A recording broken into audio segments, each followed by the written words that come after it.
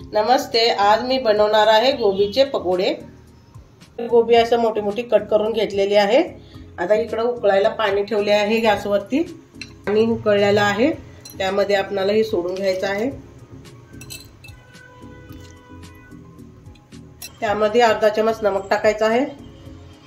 फक्त 2 मिनिट ह्याला आपल्याला उकळून घ्यायचं आहे। मसाला तयार करत आहे। कसुरी मेथी आहे 1 चमच, धनिया आहे 1 चमच,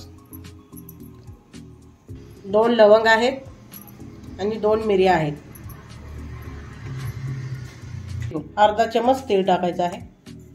त्याला वाटून घ्यायचं आहे मोठं मोठं मसाल्याला।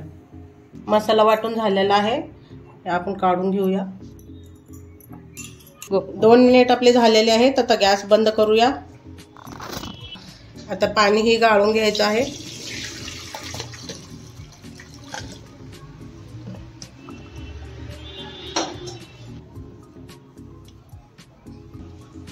दोन मिनिट ह्याला फ्रीजर मध्ये ठेवून द्यायचं आहे। याला 2 मिनिट झालेले आहेत, काढून घेतलेला आहे फ्रीजर मधून। बेसन पीठ 1 चमच मोठा, तांदळाचं पीठ 1 चमच मोठा, पहिले मसाले हे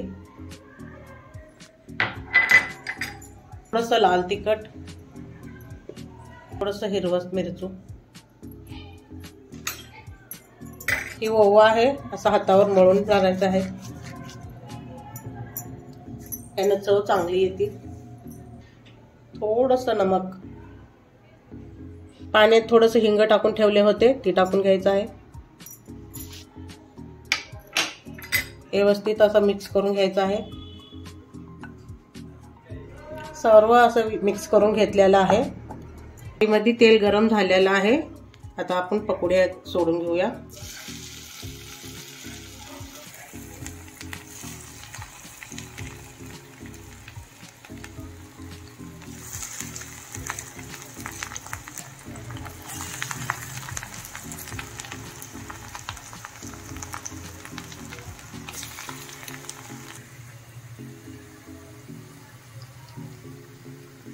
अशा प्रकारे झालेले आहे।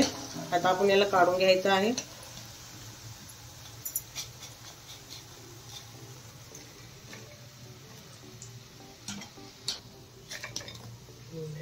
तयार आहेत गोबीचे पकोडे। अशा प्रकारे एक वेळेस नक्कीच करून पहा, खूप चविष्ट टेस्टी लागतात। पकोडे तुम्ही दुसरे खायचे विसरून जाशाल। आवडले असेल तर लाईक करा, शेअर करा, कमेंट करा।